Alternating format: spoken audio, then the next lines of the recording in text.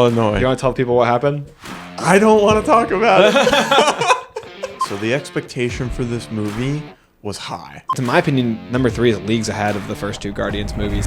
Welcome to Backseat Directing, Where we talk about movies, TV shows, comics, and more. we're your hosts, Andrew. and Aaron. And we post new episodes every Monday and Thursday. And on this episode, we're going over a movie review for the Guardians of the Galaxy Volume 3. 3, 2, 1. Action.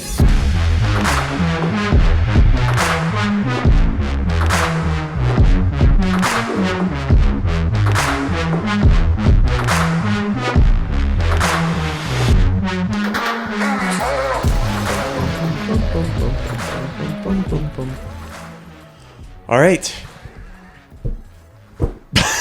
You ready to talk about Guardians of the Galaxy Volume 3?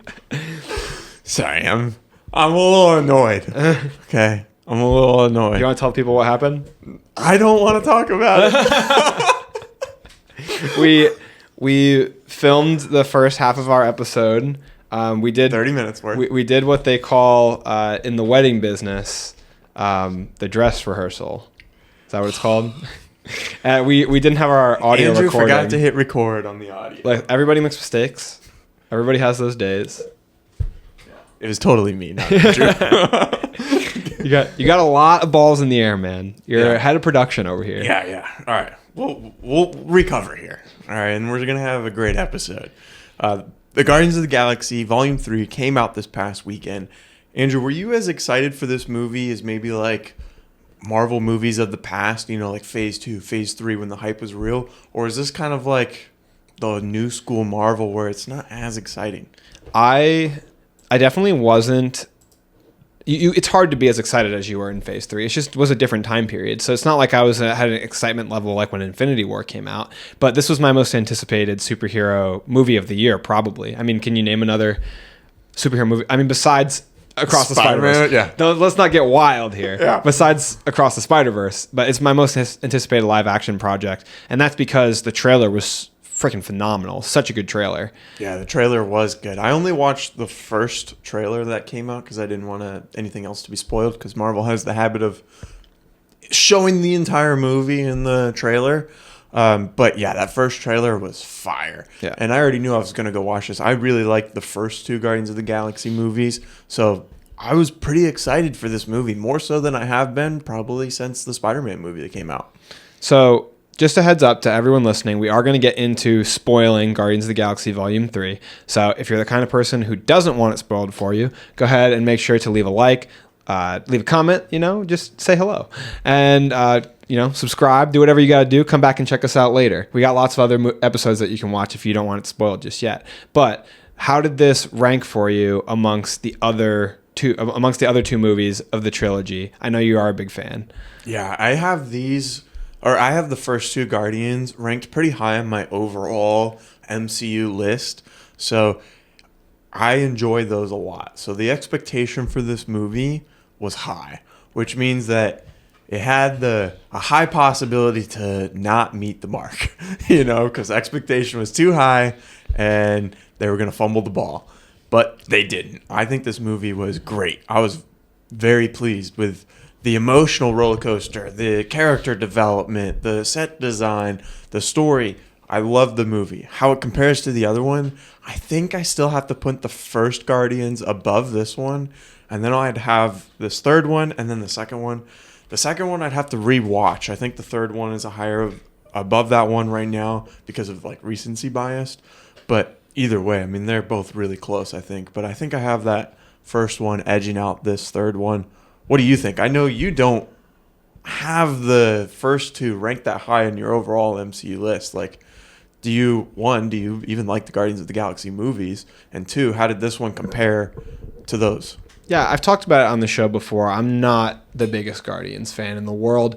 I've talked before how I don't feel as connected to the individual Guardians just because they originally came onto the screen as a team, which I don't think is necessarily a bad thing in and of itself, but I do enjoy them as a group. I'm not in love with them. I'm not particularly attached to any one Guardian the way I am to individual Avengers. So that's kind of my drawback to them. And I think the movies are good. I think as far as the first 3 phases go, they're lower on my list, rising up to the middle as Marvel gets more and more projects out. But like I said, I was quickly climbing the ranks. Look at him just climbing on top of Ant-Man 3. They've been working hard. I mean, Ant-Man 3, looking back on it, I think was aggressively mediocre. And they did have creative stuff in there. Compliment. I don't think it's as bad as some people think. Kang was really good.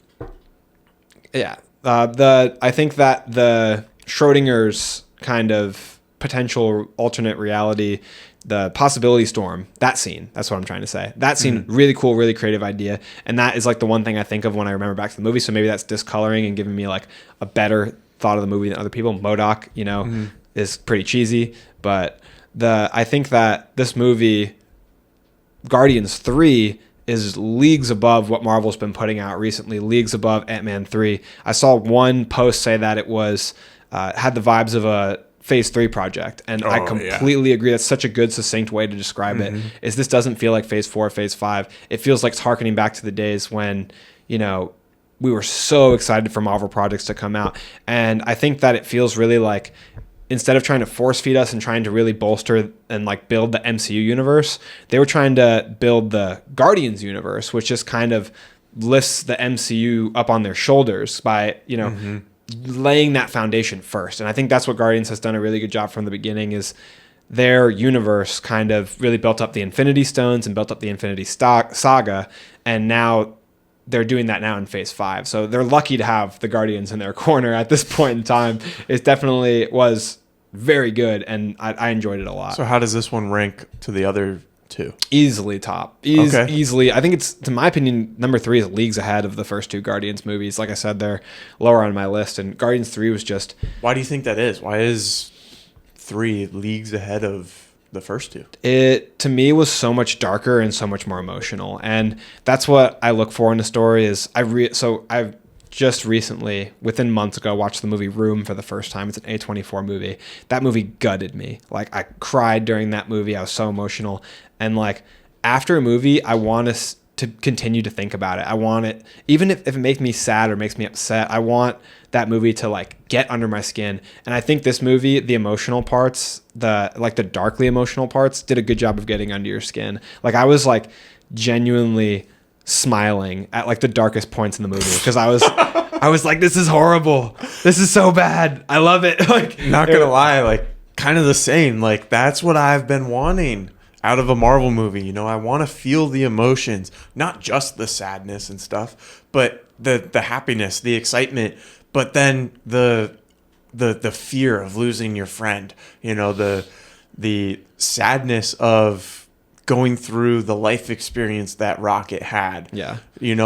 I want to feel the emotions. I want to see the character development. I think each character, we got to see them develop into a new arc. We kind of got a bow on everything at the end of this movie, Yeah, and I mean, I just feel like it was so much darker than so many of the other projects. I agree. Sierra, my fiance Sierra, always makes fun of me saying, "Oh, well, you love it in movies when people die. You love it when things are depressing." And you sad child. Damn it, she's right. I do love it when it's depressing, because like you've said before, like, I love it when it makes me feel something. When it that sadness is great. The movie's manipulated me. So I want to feel every emotion that I have.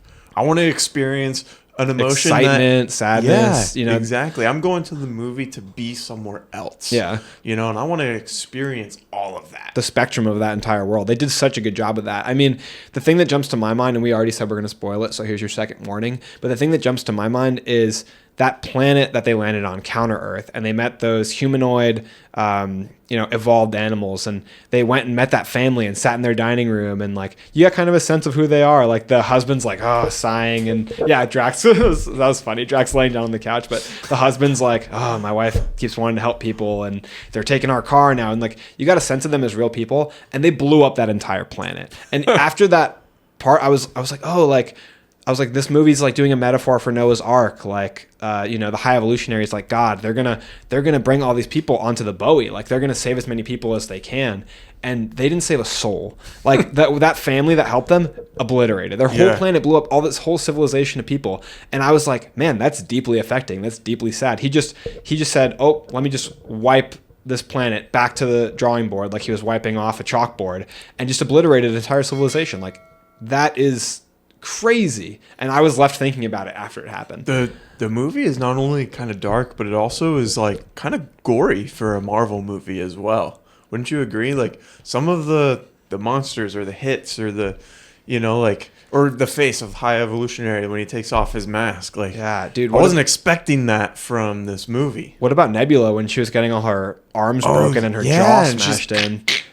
Yeah, all these like kind of gruesome and twisted, kind of like there's like horror-esque elements in that of just like the broken bones. And I think that at one point Adam Warlock grabs Mantis's arm and just snaps it at the bone. Yes, it's that stuff's like, and that's like right away. Yeah, at the very beginning. And while they're not really showing human blood, they're working around it in a really smart way. And I was kind of like curling in my seat at some of these broken bones. Like, it's very dude, the visual effects in this movie, top tier. Oh, absolutely. They're so good. They're like the special effects from like phase 2, phase 3 good, like we haven't seen good special effects from Marvel in a long time. Like Doctor Strange was good at some points, but like remember the eye, like the forehead, like okay, and then even Spider-Man No Way Home, like I think on the rewatch of it, it's not as good as some of the other Spider-Man movies, but this brought it back. Like Rocket and all the other animals, the spaceships, the different planets, like top tier. Yeah, there's clearly a blend of, which is something we talk about on the show a ton with directors that we love, like Chris Nolan, is a blend of practical and special effects, using the special effects sparingly and where they're most effective. I mean, they use motion capture for Rocket and all these things where they're not just interacting with nothing or interacting with a blue screen. They build practical sets partially.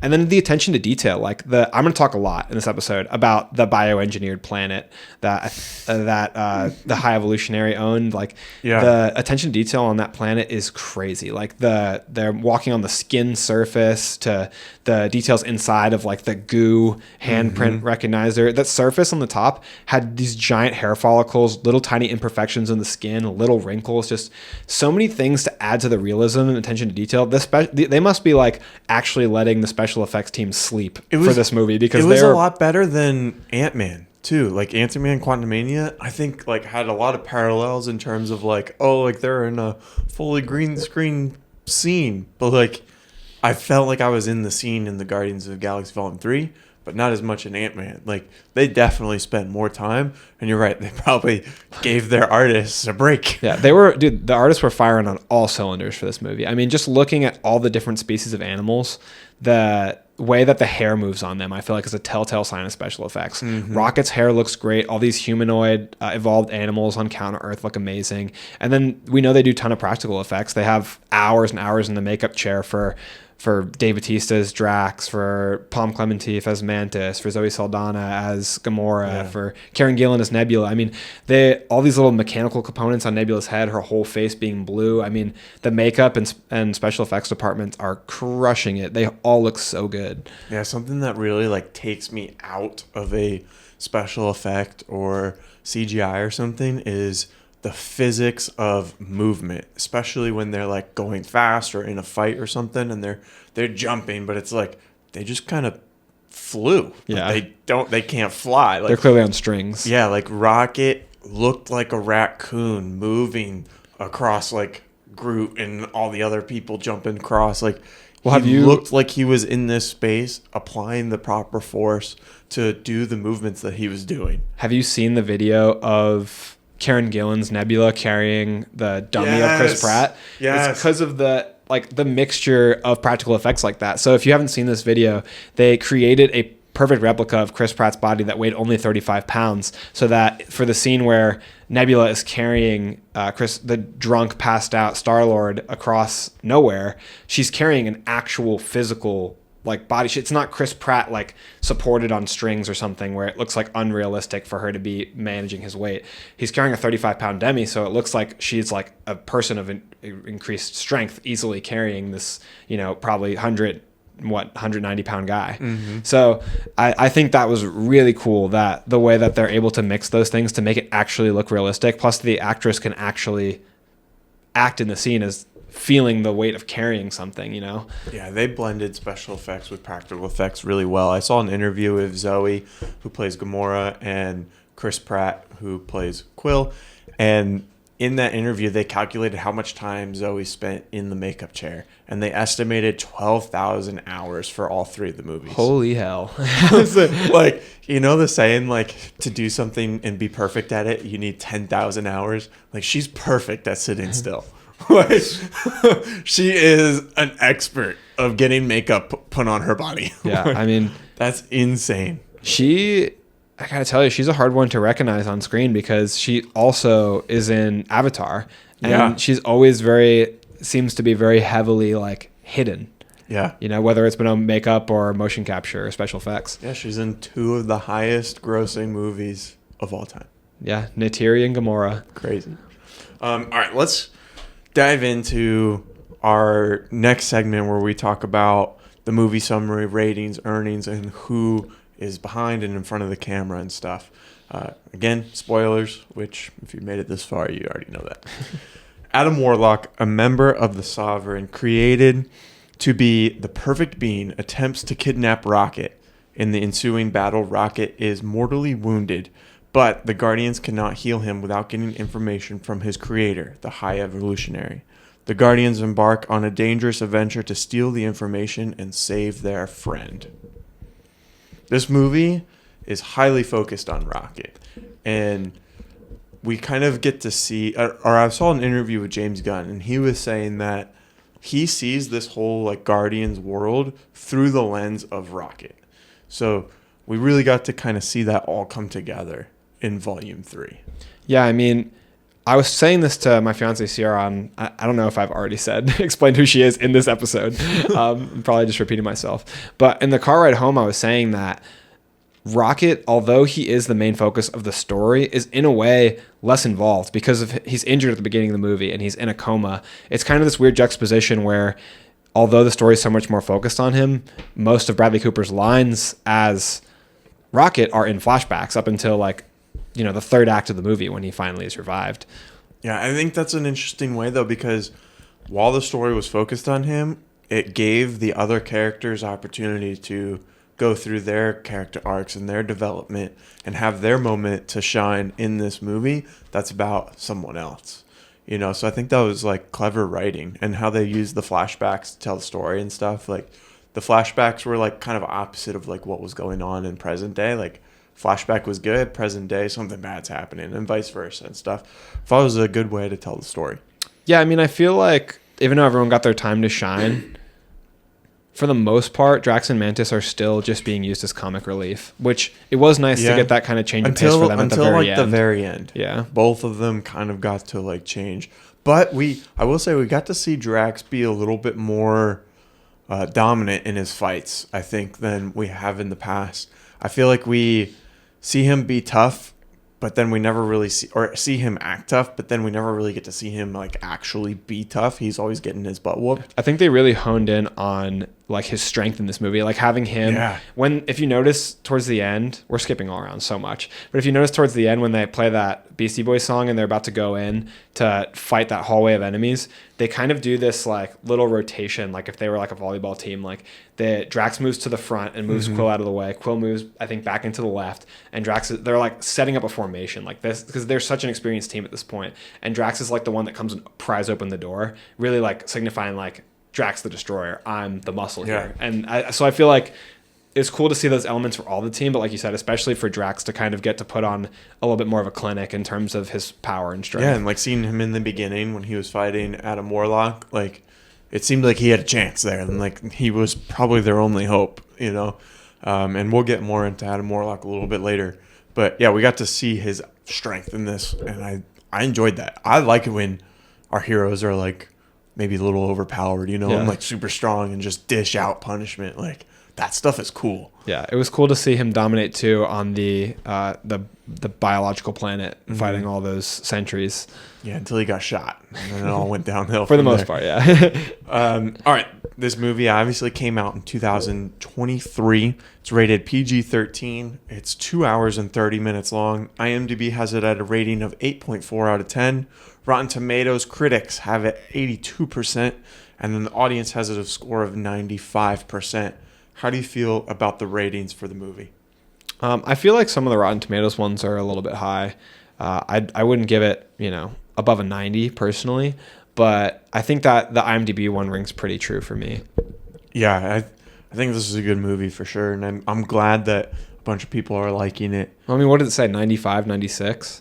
95 for audience. I feel like if you're... For 5,000 reviews. And we understand the way that Rotten Tomatoes works, but if you're rating a movie in general as a 95%, you're saying it's like one of the best movies of all time. That seems a little drastic. Yeah.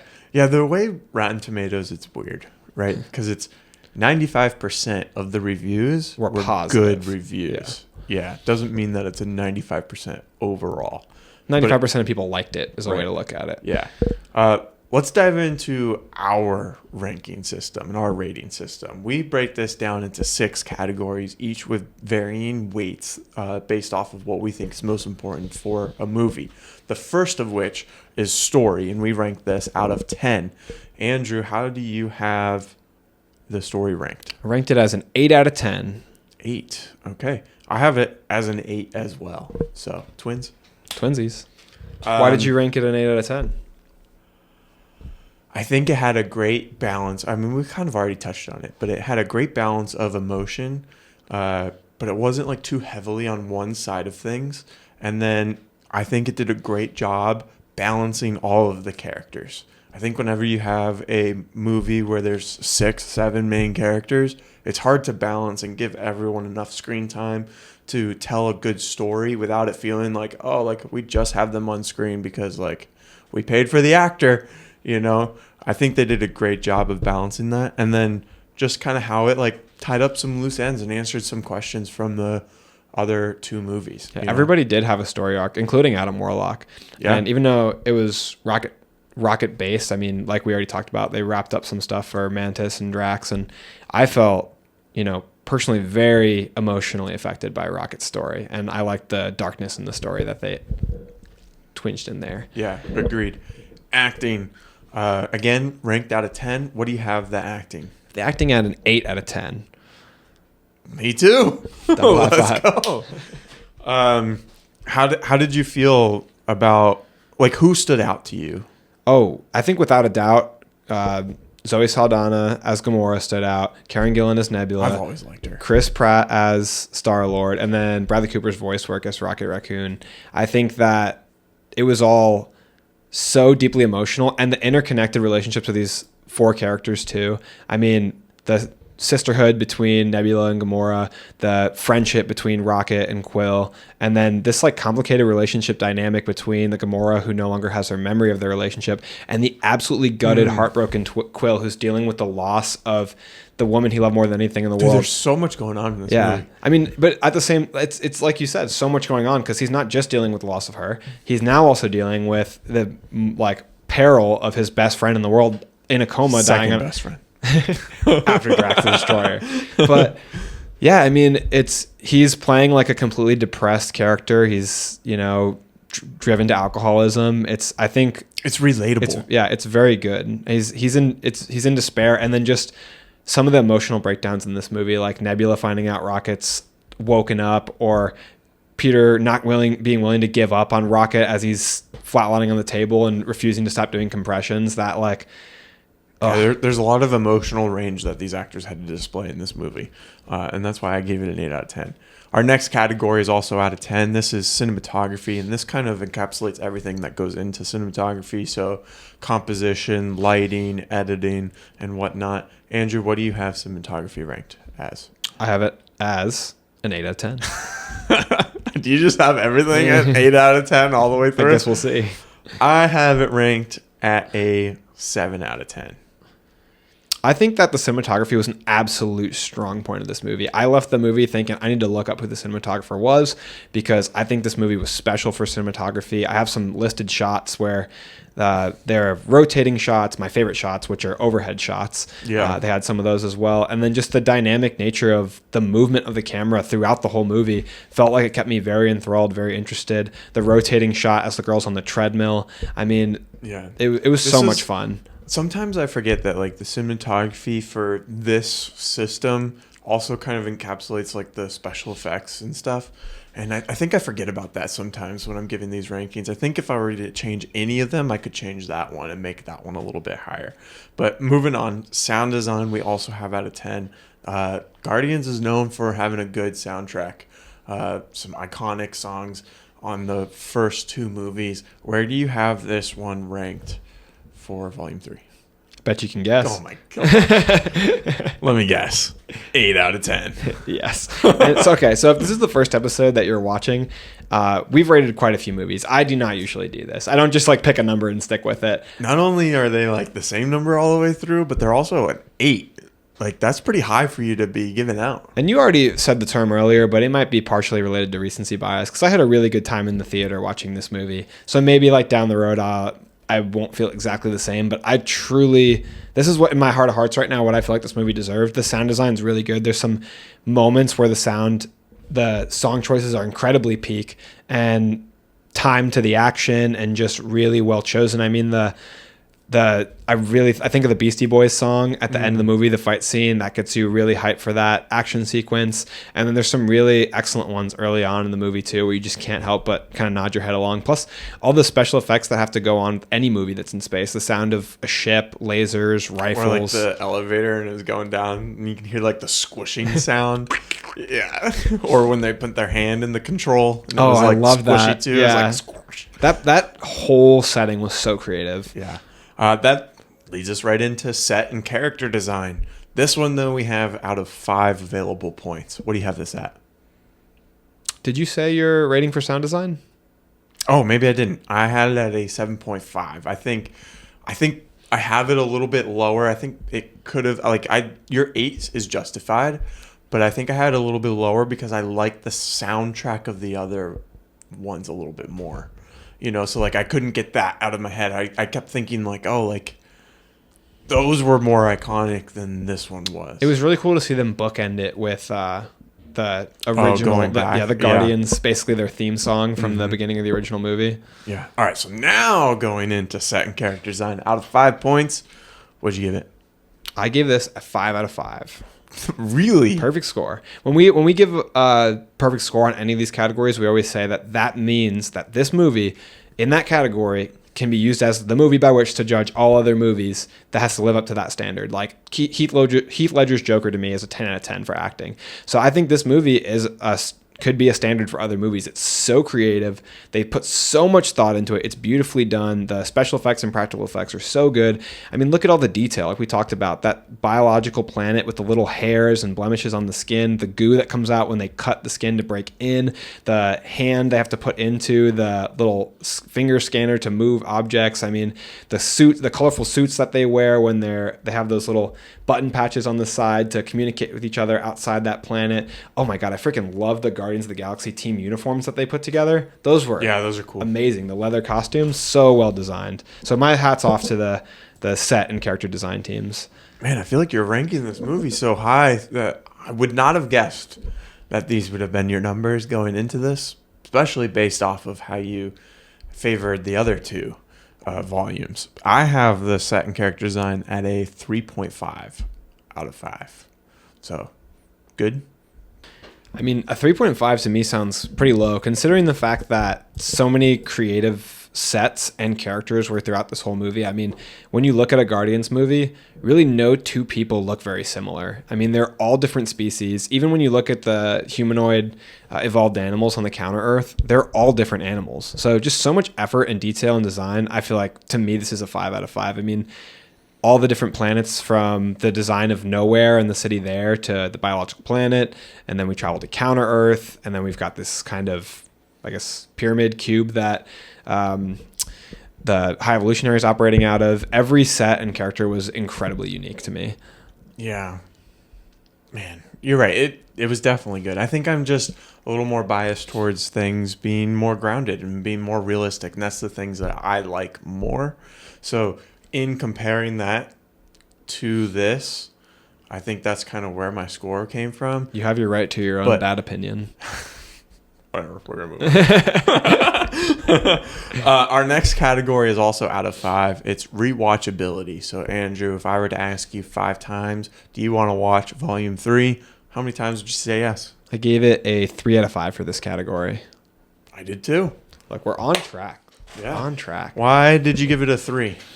I mean, I gave it a 3 just because I feel like upon rewatch, there are some elements of this movie that would feel a little slow. Even upon the first watch at the very end of the movie, I thought it was starting to lag a little bit towards the very end.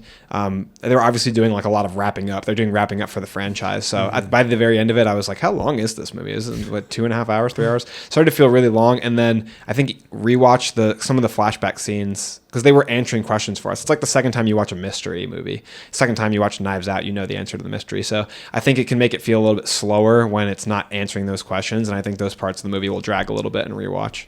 Yeah, I think on rewatch, the jokes may not be as funny either, you know? And I think that's a high, like, attractive factor to this movie, you know? It's hard to get around. It is funny. Yeah, it's hard to get around with a comedy. And we've covered earlier, you can check our earlier episodes if you want to watch our review of Tag.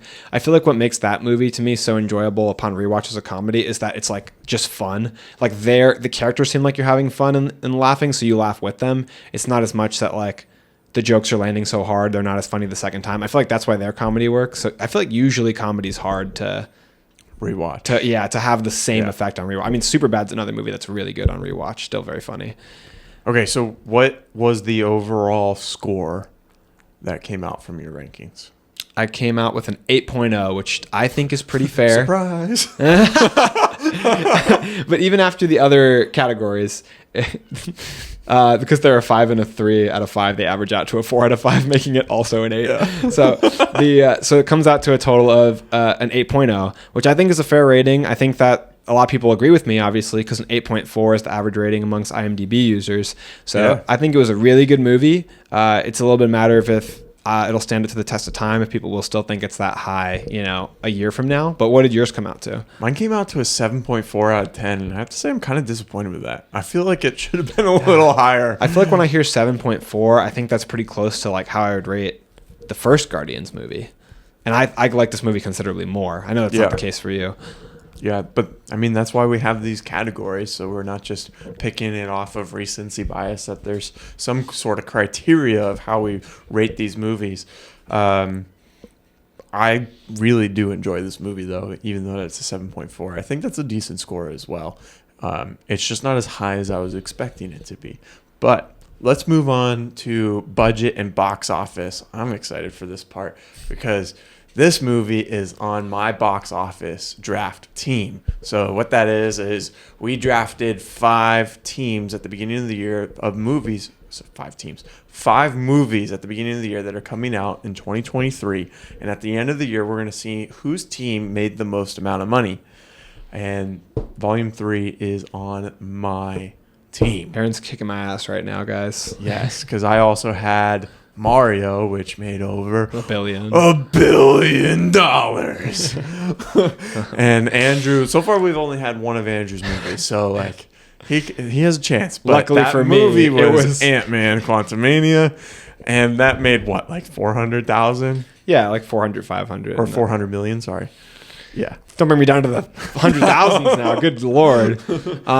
Yeah, it's pretty rough. to look at the numbers, how they're stacking up right now. But just you wait until Dude, Mission Impossible: Not Dead gonna Reckoning lie, comes you out. have some bangers that are coming out that are making me a little nervous. I was looking at your list the other day, and I was like, oh man, this might be closer than we originally thought. I have to hope and pray that Across the Spider-Verse makes as much money as Mario, which is like Like it could, because Spider-Man movies bring in a lot of money, but such a high bar, though. yeah, the Unfair. first one just brought in like what, 375 million, something along. Don't those worry about lines. that. We're not worried about that. So it'd have to do more than double to get to a billion. So, Aaron, how much did Guardians of the Galaxy 3 make? It made a lot, but the budget for this was $250 million. Par for the course nowadays. Seems to be the average for these movies. But the box office, what do you think it is? Give me a ballpark. What do you think? Where do you think it's at so far? And keep in mind, this is Monday, the week after the opening weekend, so it's only been out of theaters for like, what, 4 days? So I can tell it was a good opening weekend because you were gloating before this episode started and you wanted me to find out while filming. So like I gotta temper that to like a realistic number, and I'm gonna say like a really good opening weekend is like $200 million. $282.1 million. No, my mic. No. I mean, good Lord, it's 280 million, you said? Yeah. Basically, you can round up to $300 million. I mean, this is Monday following the, I don't know if we already said that, but the movie's been out for a couple days. Like, it's a crazy opening weekend. Yeah, and that's before like all the word of mouth has spread of like, oh, this movie is actually and the word a of good mouth movie. has been so good. I mean, 96% on Rotten Tomatoes. The movie's going to be an $800-900 million box office at that. I think so. I think it's going to bring in a lot of money.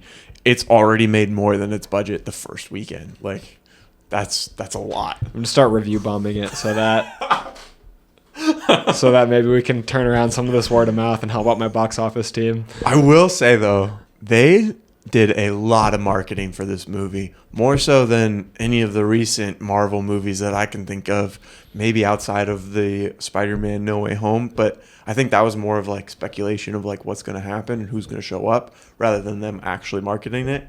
This one, I've seen stuff everywhere for this movie for the past like 2 weeks. And this last weekend, the weekend that it came out, like social media nonstop Guardians stuff. Yeah, they're really utilizing their like amazing cast because they're actually using the actors in these TikTok videos and promotional content and everything. It's really effective. Yeah, for sure. I think it's going to bring in a lot more. Are we moving on to the who's in front of him behind the camera? Excited. Okay, well let's stop basking in the success of your box office team and get back to the episode. Yes. Do you have anything else on your list? No, that's all. We can move on to the creators who are in front and behind of the movie. Who made this movie, Andrew? So we normally like to start off behind the camera with like kind of the unsung heroes. Not quite as many people know their name. In this case, a lot of people know his name. The director and writer of this movie is James Gunn. And if you haven't heard of him, you're living under a rock. This guy has been the director and writer, actually, for all three of the Guardians movies. He's going to go on and build the DC universe now. He's the creative head of the new DC universe. He's written the script for Superman Legacy. So I think this movie's inspired a lot of confidence for a lot of us in the future. If his previous works hadn't already done it, if his work with Peacemaker and the Suicide Squad hadn't already done it. He's also the director and writer for The Suicide Squad, the sequel to the first Suicide Squad movie. It's confusing the way the names are, so I wanted to explain that. Rework the name. But I think they were just trying to erase the first one. and if you still don't know who he is, he also wrote the 2 live-action Scooby-Doo movies, so he's got that feather in his cap also. But I think we're all very excited after this movie, especially for the DC Universe moving forward. And then our cinematographer for this movie was Henry Braum.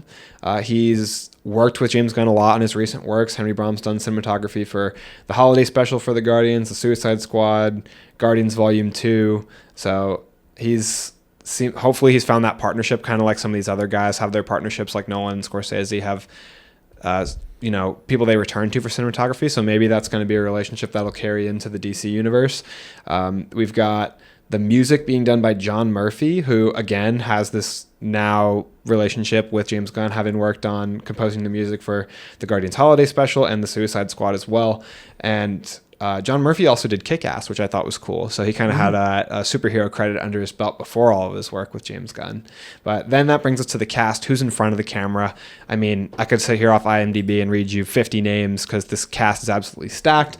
But let's try and keep it kind of lean. Chris Pratt plays Star Wars. Chris Pratt plays Star Wars. Chris Pratt plays Star-Lord. Bradley Cooper is the voice of Rocket Raccoon. Karen Gillan is Nebula. Zoe Saldana plays Gamora. Pam Clementine plays Mantis. Dave Bautista is Drax the Destroyer, or by the end of the movie, we'll come to have him known as Drax the Father. And then Vin Diesel voices Groot. Will Poulter makes his debut appearance as Adam Warlock in this movie. Chukwudi Iwuji as the High Evolutionary. I apologize if I completely obliterated that name. I did my best. Sean Gunn plays Kraglin, reprising that role, and Nathan Fillion appears as Master Karja, one of the Sentinels, kind of the security officers at the biological planet working for the High Evolutionary. Nathan Fillion's been longtime friends with James Gunn, so it was cool for him to get this cameo. He's kind of an icon to nerds around the world for his role in Firefly and some other appearances as well. So super fun to get to see him. He did a really good job and he was hilarious. I've got one of those too. Yeah. I know what you're dealing with. The second time he did that, this shit was so funny. When he was talking to the lady from the Sovereign. Though, right? Yeah. He's so disappointed in that guy. He's like, oh yeah, you've heard of it? Because I just made that up. I thought you said something else. But just look at that random guy, dude, that he was talking to. Like the makeup work on his face was so phenomenal. It's some random background character. So many alien species. That's why I got to give a perfect score to the set and character design. I keep harping on that. And then just little appearances too in this movie from Pete Davidson, Sylvester Stallone, and Seth Green. For most of them, I couldn't even tell you who they were, but they were in the movie. Yeah, I saw Pete Davidson was in it, and I was like, I think I missed it. But Sylvester Stallone obviously is the leader of the Ravagers. That's an easy one. But I didn't see Seth Green either. No. I mean, I don't. Yeah, I can't recall where he was either. So I think that there's some little cameos in there if you want to look for them upon a rewatch or if you haven't seen it. But that is who's in front of him behind the camera. I also have some information here for source code whenever you want to get to that, some details on the origins of the Guardians in comics. Yeah, let's do that right now because we've kind of gone through the story a little bit already, and we can kind of use the source code to then touch on specific parts of the story. So source code is where we dive into the original source material for these stories or characters. So Andrew, what do you got for us today?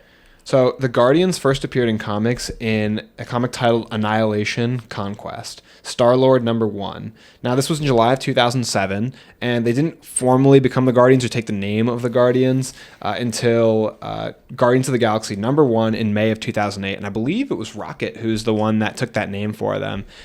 He was kind of inspired by this time-traveling individual. That's not that long ago. 2008? Yeah, they're relatively new to the comics. That's why nobody knew who they were when they first appeared on screen, really, and James Gunn made it work. Yeah, 2008, and then 2014 is when the first one came out, I'm pretty sure. That's one of the quickest turnaround in comics history to a movie, along with Miles Morales as well. He was very young in comics when he came out. But I think that it's really cool that they're a newer story and they're getting their chance to shine. And then, so like I said, Rocket named them based off this, I think a time-traveling member of the Guardians of the Galaxy told him of the name. So kind of grandfather paradox there. But the team itself was brought together by Peter Quill in the comics. It was kind of a conversation he had with a comrade of his named Nova. A lot of people know him as an on and off member of the team of the Guardians. Nova, also known as the Human Rocket. He has a cool cosmic set of powers, but they were worried about this threat. So there's a villain named Annihilus, and his conquest, kind of like take over and destroy the universe, had... How unoriginal. I know, what a basic villain. He's like this giant insectoid looking like warlord kind of guy. Mm-hmm. And Quill forms the Guardians in response to what's called the Annihilation Wave. It's like this cataclysmic event where he's destroying like millions of planets. So the Guardians are formed to fight against him. And then there's like all these complicated things that go on, all these like sub-stories and separate arcs and stuff. Time traveling happens, all kinds of appearances of different characters. I think the team does originally have Drax the Destroyer and Mantis and Gamora on it. I don't think it initially has Nebula. It does have Rocket Raccoon. There's some other characters. I think the original appearance in the comics has Adam Warlock on the team originally, but there's all kinds of stuff throughout the comics. The team fluctuates a ton. Like we'll see by the end of the movie, the team's changing. Rocket's becoming the leader, new members. In comics, at one point, Tony Stark sends like a member of the Avengers to join the team. It's Agent Venom. He sends Agent Venom to go and be like the Avengers representative, kind of like what are they called when you're like in a foreign country? You're like a representative for the... Yeah. Let's spend the rest of the episode thinking about this word. Diplomat? That's the word that keeps coming to mind, but that's not what you're talking about. Like, Jason Bourne goes to the American... What? Embassy? You're an ambassador. Yes! What is up? Work through that all on our own. We pulled Jason Bourne into it, and it worked. I knew you could do it if I brought the man in. So he's like their ambassador, and so like basically my greater point I'm trying to make is all kinds of different people filter in and out of the Guardians. Same like the Avengers. The Guardians are like the Avengers of the universe, space, like protecting, and like the Avengers are Earth's mightiest heroes. So they're like a really cool group in comics, and they were the MCU's branch into like other planets and the greater galaxy. So I think it's really cool the way it worked out. Did you go to the Spring Hill Theater? Yes. Did they give you a little pamphlet after? No. Where'd you go? Spring Hill. What pamphlet? They gave me a pamphlet, and it had all of the covers to all of the comics from Guardians of the Galaxy. Oh, sick. Yeah. They must have ran out of those by the time I got there on Sunday. I was out. So many people bought tickets. Listen, guys, I was out of town. I did biggest movie of the year. I saw it separate than Aaron. I saw it on Sunday because I was at the T Swift concert in Nashville, Tennessee. Yeah, I think I left mine in my mom's car, but I looked through all of them and it was pretty cool. But each cover like looked completely different in terms of the makeup of the team. Yeah, it's cool. The team really fluctuates a lot. And I think that's what's great about the Guardians is they're so diverse. When you look at the Guardians, they're diverse in a planetary sense. And that's what's so much fun about these movies. Is these movies are like a Rick and Morty adventure. Like it's just whatever James Gunn wants it to be. If he wants a gelatinous blob to appear and be like a person living on nowhere, he can do whatever he wants. It's just endless creativity. I think they really take advantage of it too. So here's a question. James Gunn's obviously moving on to DC, and they kind of left the Guardians open-ended that there's still a Guardians team. It looks a little bit different, but there's still a team. How do you think that team's going to mesh up? And do you think we'll ever get another like Guardians movie? Or do you think maybe if we see those characters show up in other movies, do you think James Gunn's going to be involved at all? Or like, how do you think that's going to work? Because obviously this worked mostly because of James Gunn, right, and his writing. I think that we will, I think we'll see the Guardians again. They already said we'll see Star-Lord again, and Which I want to talk about that, but yes. Which that Star-Lord will return seems indicative of like a Star-Lord solo movie. But I think we'll see the event. I think we'll see the Guardians again, and I think they will interact with the Avengers. I think by the time we get to Kang Dynasty and all those movies, I think that the Guardians will be involved because I think it'd be a waste of a huge IP for them not to use them. Mm-hmm. And even though teams changing around a lot, they're going to have involvement from Nebula, Rocket, and Groot, which is like very recognizable names. I don't think they're going to let that go by the wayside. Marvel's too smart with their money. I think we'll see both them and their involvement again. Because in a lot of interviews, they were talking about, or with Quill, why can't I think of his name right Chris now? Pratt. Chris Pratt, thank you. With him, he's like, I don't know if I'll ever come back. Like, it'll have to be the right thing. You know? Then why did they say Star-Lord will return? That's what I was wondering, too. Like, when it came onto the screen, I was like, that contradicts all of the interviews of Chris Pratt that I've seen of him being like, I don't know. Like, maybe I will, maybe I won't. Like, he kind of left it open-ended of like, yeah, like I'm not signed up for anything, but so we'll he's not, his see. contract doesn't extend to any future movies. No, I don't think so. Is that a fact? Did you find something on that? This says Chris Pratt says he'll play Star-Lord without James Gunn. It would be strange, but he'll do it if the material is respectful. So kind of like you're saying, it's dependent on it's how things go. It seems like. I know a bunch of them don't want to come back. Like Dave Bautista says he doesn't want to come back, and I know Zoe doesn't want to or she didn't want to be involved for too long. I feel like you keep saying Zoe like you guys are on a first name basis. Like you've been doing that the whole time. Do you know Zoe Saldana and you haven't introduced us? I know her. It's probably because I can't picture her last name and I don't have it pulled up in front of me. Saldana. Yes, Saldana. Did I say that right? I think so. Sounds good enough. We'll take it. Yeah, Zoe, my girl. Probably better than I said the High Evolutionary's name. Yeah, that was hard. I think you did great. That guy did really good. His performance, I think, was really good. He's an incredible actor. Do you want to do a backseat directing segment? Yeah, but I want to finish what I was talking about. Oh, well, I just figured I would. I mean, I don't care, but go ahead. Jeez, man. Sometimes it's hard to do this show. But no, like Zoe, my friend, Zoe, I heard in a few interviews that she didn't want to like be on for too many years, you know, like I think the makeup setup like takes a big toll on her. Like it was originally thought that she was going to be the one who died in volume 2, and she obviously didn't.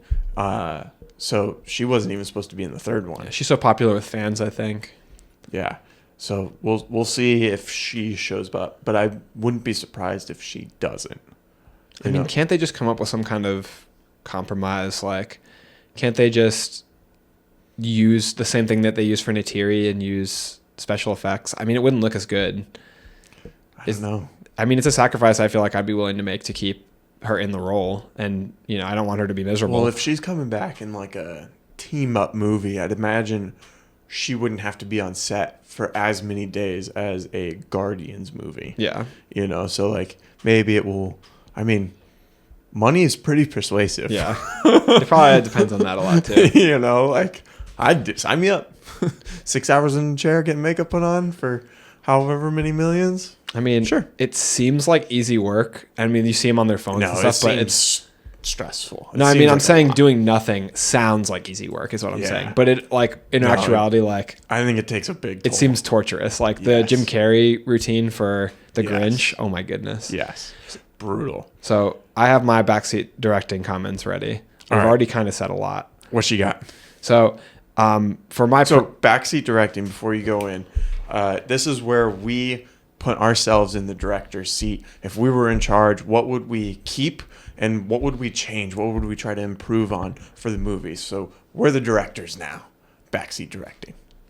So my pros to the movie, I've already said plenty. Now, the cinematography was amazing. I really loved the overhead shot on the biological planet when Drax gets down in the fountain and Mantis is pulling him out. I really love the rotating shot with the girl on the treadmill. They do a lot of phenomenal just movement with the camera that's very dynamic. And, you know, it's not just like dolly work. It's they're also like rotating and tilting, and so I feel like it's very dynamic, very creative. I love the camera work. They fill the composition with so many beautiful colors in all these movies. They really make use of space and the entire range of the spectrum. I love the way all their spacesuits were different colors on the biological planet. But I have to get to my cons, which my one con that comes to mind really quickly is that I think that sometimes the acting in this movie, there's some unnecessary yelling, which you see a lot of people make fun of online of like, oh, just being angry and screaming like is sometimes portrayed as good acting.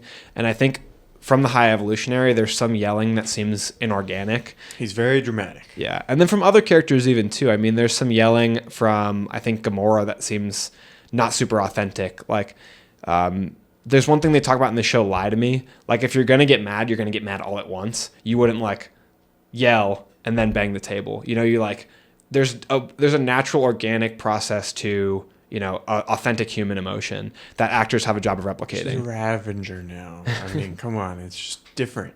It's a different species. I just think there was some kind of inorganic yelling in the movie that seemed forced, maybe to like just like overacting a bit. Drax, you know, like a combination with them, combination of the High Evolutionary. Like, I can see where you're coming from. The comedy overacting is a thing as well. I mean, it's toned down, I think, in this movie with previous projects. Yeah, like compared to the holiday special. Yeah. Which I think they were purposely trying to go like... For corny, campy, yeah. But Mantis and Drax are toned down a little bit in this, where I think the comedy lands a lot better. But, I mean, there's still that element of goofiness that is signature to the Guardians. I understand that's part of their, foundation. So your backseat directing is a little more on like just the approach of how they were acting in certain scenes. Yeah, the authenticity in very limited scenes of the portrayed emotion, where some of the like over the top. Yeah. I can definitely see that. I was thinking the same thing with the High Evolutionary, that he's just a little like too much at times. Well, like also Nebula too, right? Like Nebula gets so aggressive, and like sometimes Mantis and Drax are just being themselves. Like you've been around them so much, and so I feel like that. I mean, you're around your siblings so much, like yeah, but that you're not always screaming. Like it takes something to drive you to screaming, and I feel like screaming takes energy out of you. I feel like you wouldn't do it. I feel like sometimes it's like that the screaming from Nebula in some instances in the movie are like, look how aggressive Nebula is. It's not generated from within Nebula. It's generated from outside Nebula to like portray an emotion, to portray a type of person they want you to think of her as. Yeah. I see where you're coming from that. I can agree with some of those points and cues maybe. For my backseat directing segment, I want to first praise the hallway fight scene. I mean, if you want to make an iconic movie or show, like you have to have a one-take hallway scene. Like that scene was awesome, and I'm surprised we haven't talked about it yet. I thought it was very well done. We got to see a bunch of the characters all get their moment in the fight, which is hard to do, hard to balance everyone all at once, especially in a like one take. Like that is something very easy to just kind of get meshed up in all the action to where you can't tell what's going on.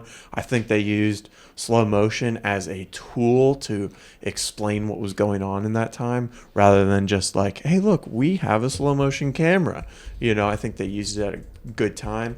I think, like you said, set design, sound design, all that stuff was great. Acting was great. I think my like little nitpicks would be Adam Warlock kind of felt a little out of place to me, maybe a little unnecessary. I felt like maybe he should have had like a bigger role or a more important role. It was kind of like, I felt like he was nerfed a little bit. I don't know too much about his character, but it seemed like there was a lot of hype of him going into this movie. And I feel like it didn't live up to that hype, and I didn't even have any of that hype going into it. Because he came up, he showed how like fierce he was when he first came to Nowhere, and then after that, like he's just someone's little puppet, and he's like so weak against this guy who has a gravity suit. Like, that's another nitpick for me. You about just this showed movie. me that this guy's like Superman and can blast things from his arm and whatnot, and now like he can't do anything against the High Evolutionary. I don't know. It just felt like weird dynamic in a way, and it's like I feel like we've seen that before from Marvel, and I want to see a bad guy who's strong, who's just the bad guy, and then the High Evolutionary, I feel like I just didn't connect too much or fully understand his like motivation. And I get it, like he's just a bad guy and he wanted to create something that's perfect. But I just felt like I didn't understand like why. I love Rocket's line, and I think it points out, I think it ties into like a really interesting metaphor that goes on throughout this movie. What do you think that is? So this movie has a lot of really interesting biblical parallels, and Rocket. You say that about every movie. The Bible man. is like one of the original stories. Like, I mean, you've got the Epic of Gilgamesh, you've got the Bible, and then you've got Shakespeare, and it's like all these stories have branched out from there. Like that's the origin of storytelling, so it's bound to happen.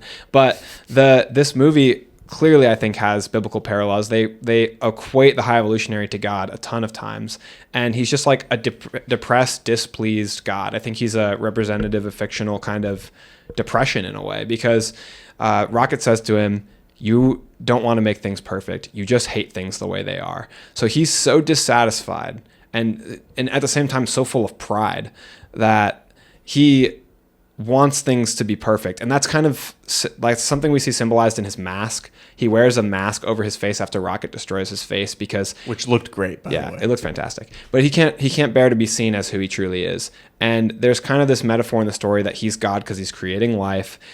He's destroying life, like in the story of Noah's Ark when he blows up that planet. And then they save all the animals off his ship, which is another tie to Noah's Ark. And I even think of a simple shot in the beginning when Nebula is carrying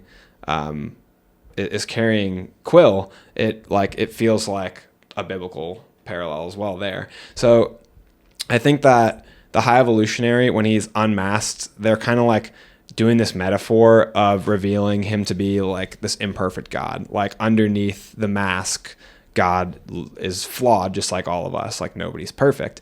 So I think this movie has a lot of metaphorical branches, and I definitely think that they're delving into like the biblical side of the parallel. So I think he's a very interesting character. He's a very interesting villain. Like you said, we don't get an understanding of maybe his backstory or the reason, his motivations why, but I see him as just like I said, this fictional depiction of depression. Like he is just not satisfied. He's not happy, and he wants to make something perfect. He wants to feel validated, and he has this like mission and this purpose in life, but he's never satisfied with it. And he hates everything. I guess I just don't understand like why he has that drive to try to make something so perfect. You know, like I don't know. I just felt like with that, not fully understanding his motive and him being a little bit over the top, I just kind of like, it was just a little too much. We get a lot of the elements to understanding him without his actual backstory, because we see his pride really laid bare on screen when Rocket solves instantly the problem that he's having with the evolution of the human animals or the earthly animals.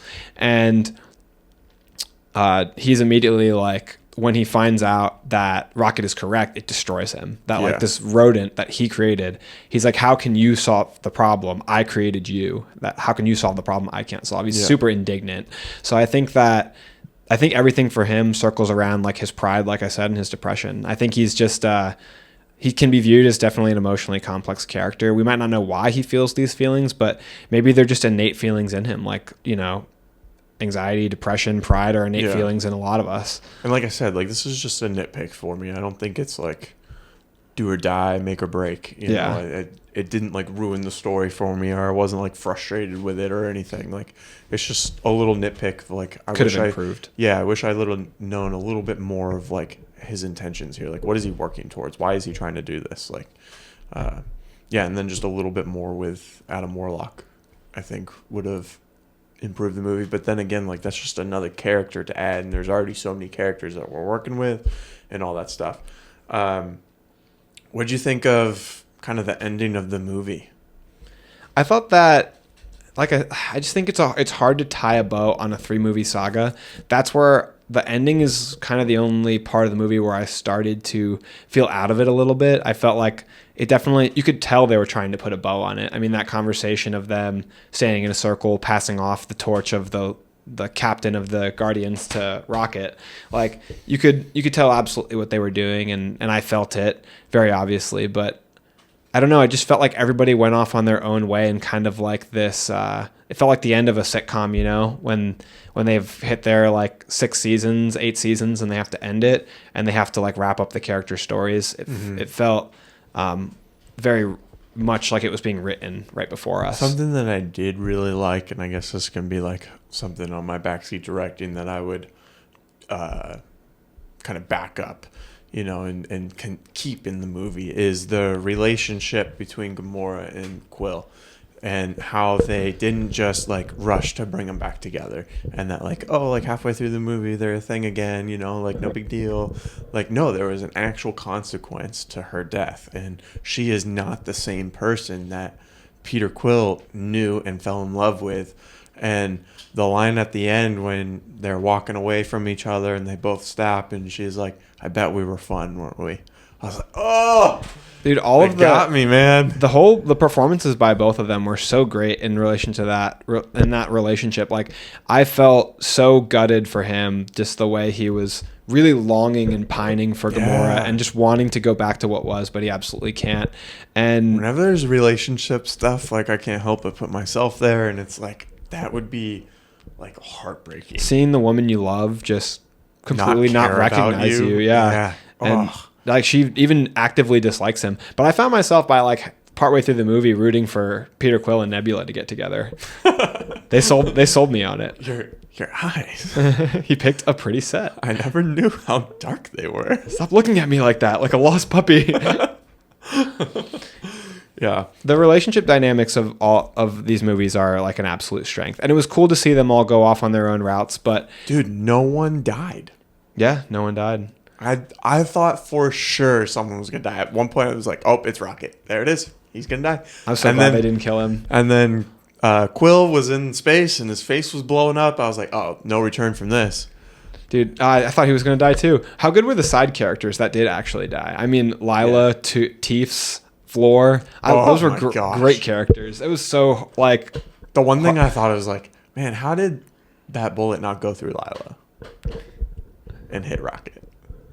She's thick-skinned. Other than that, I was like, oh my gosh, I definitely had tears in my eyes. I was like, this is too much. It's too much. Yeah, that scene was crushing, and then just the way that he's like panned over to Teeths and Floor, and they're not alive anymore. It was Rocket just screaming, like letting out that primal, emotional. And then we kind of had the Last of Us moment there, where Rocket's just having at it, just going and going and going, and he's going past the point that is necessary. Like, he's just nonstop ripping apart the High Evolutionary's face. It was cool to see the rage from him, and we had a lot of rage from Peter Quill in this movie as well. Just his vengeful mission to save his friend, and after them all seeing how Rocket was tortured, like how Rocket was experimented on, Nebula's like, "That's worse than what Thanos did to me." I was like, oh. That's a big line. That's a lot to say. Is it worse? I feel like